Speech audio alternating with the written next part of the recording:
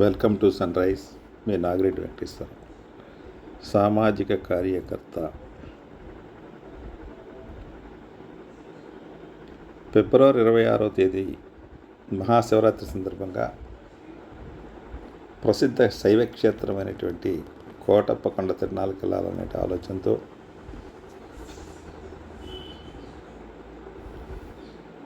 అంతకుముందు రోజు రాత్రి 11 గంటలకు హైదరాబాద్ నుండి నా కుటుంబ సభ్యులతో బయలుదేరాను.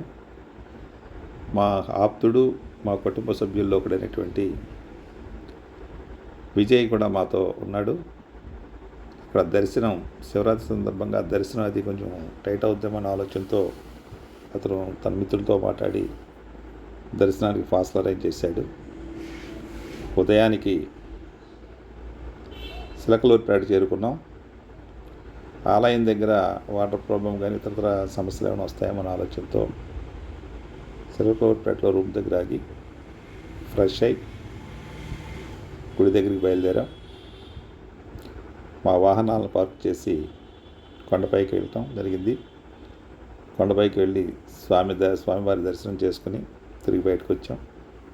తిరునాళ్ళ సందర్భంగా చాలా కోలాహలంగా ఉంది. కొండ మీద యాత్రికులు రద్దీతో శివరామ నామస్మరంతో కోటప్ప కొండ మారిమోగిపోతూ ఉంది. మాకు దర్శనం మాత్రం అద్భుతంగా జరిగింది. చాలా ఆనందంగా ఫీల్ అయ్యాం. ఎంచేతనంటే మహాశివరాత్రి రోజున రావాలని అంటే మా కోరిక ఆ రోజు రావడం నెరవేరటం కూడా చాలా ఆనందమే.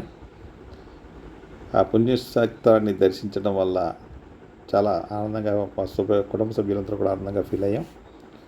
పోతే ఈ క్షేత్రానికి ఒక ప్రసిద్ధమైన చరిత్ర ఉంది. దీన్ని త్రికుటాచలం అని కూడా పిలుస్తారు. ఈ స్వామిని త్రికుటేశ్వరుడు చెప్తారు. త్రికుటాచలం అనే పేరు ఎందుకు వచ్చిందంటే ఆ కొండని ఏ దిశ నుంచి చూసినా 3 శిఖరాలు కనిపిస్తాయని, అందుకే అది త్రికుటాచలంగా పిలువబడుతుందని, ఆ 3 శిఖరాలు కూడా బ్రహ్మ విష్ణు మహేశ్వరులకు ప్రతీకని స్థల పురాణం చెబుతూ ఉంది. అద్భుతమైన ఈ ఆలయ దర్శనం మాకు ఆనందాన్ని మిగిల్చింది.